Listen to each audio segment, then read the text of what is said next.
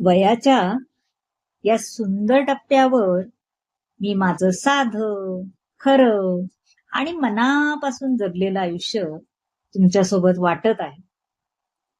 कधी छोटासा प्रवास, कधी आयुष्यातला स्ट्रगल, कधी कधी स्वतःला नव्याने शोधण्याचा केलेला प्रयत्न.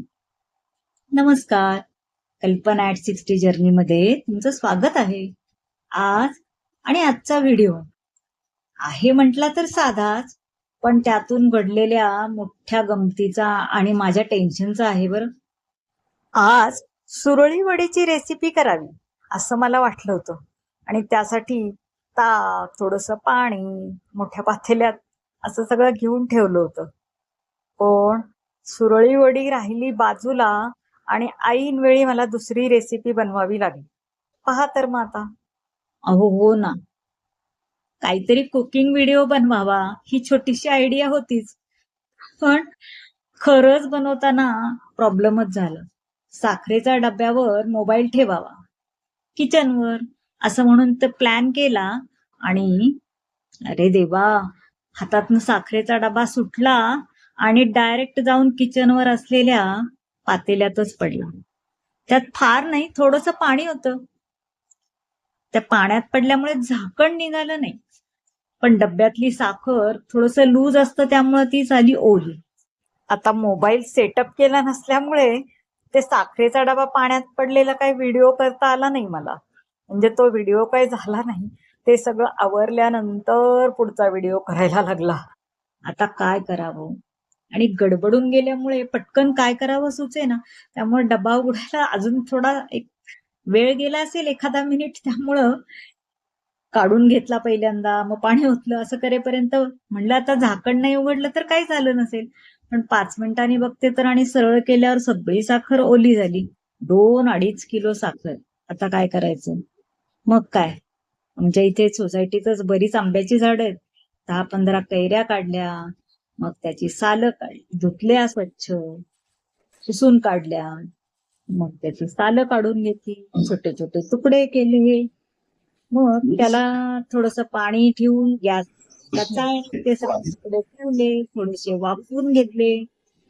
वाफवून झालं की मग ते थोडेसे थंड केले. मग त्या ओल्या झालेल्या साखरेचा त्याला कामाला लावलं.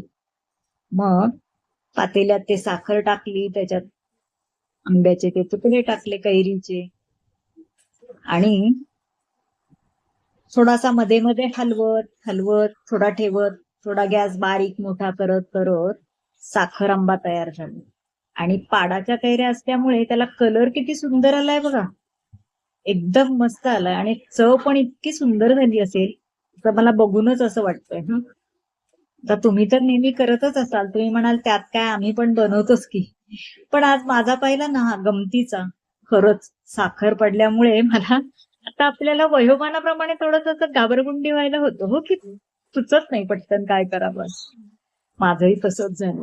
पण ठीक आहे, माझं नाव कल्पना आहे ना, त्यामुळे मी कल्पना लढवली आणि त्या 2 किलो साखरेला सगळं कामाला लावलं.